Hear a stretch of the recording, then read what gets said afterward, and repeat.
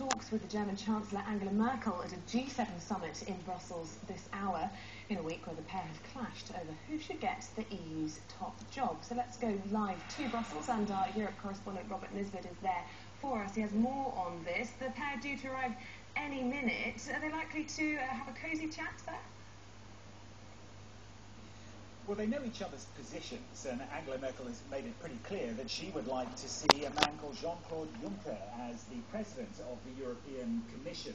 Now, he was the former Prime Minister of Luxembourg. He is a federalist, and so in the eyes of David Cameron, he is a man who represents more Europe, not less. He would not like to see him as, in effect, the chief executive of the executive branch of the EU. And so, therefore, you have both Britain and Germany at opposite ends of the decision-making process.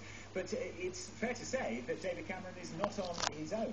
There are other countries of the EU sitting around the table, including Matteo Renzi of Italy, who arrived 5 minutes ago and is due to be meeting David Cameron in about 5 minutes' time. Both of them would like to see someone else sitting at that table.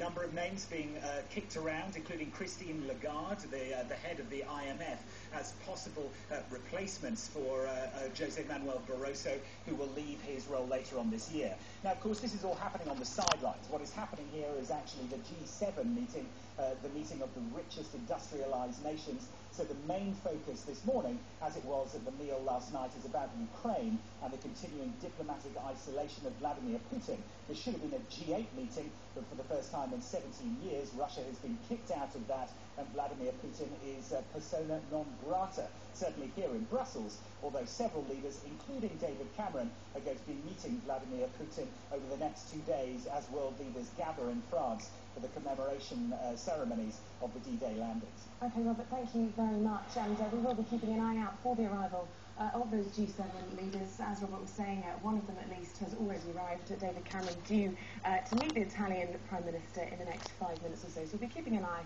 on that for you and bring you the latest as we get it.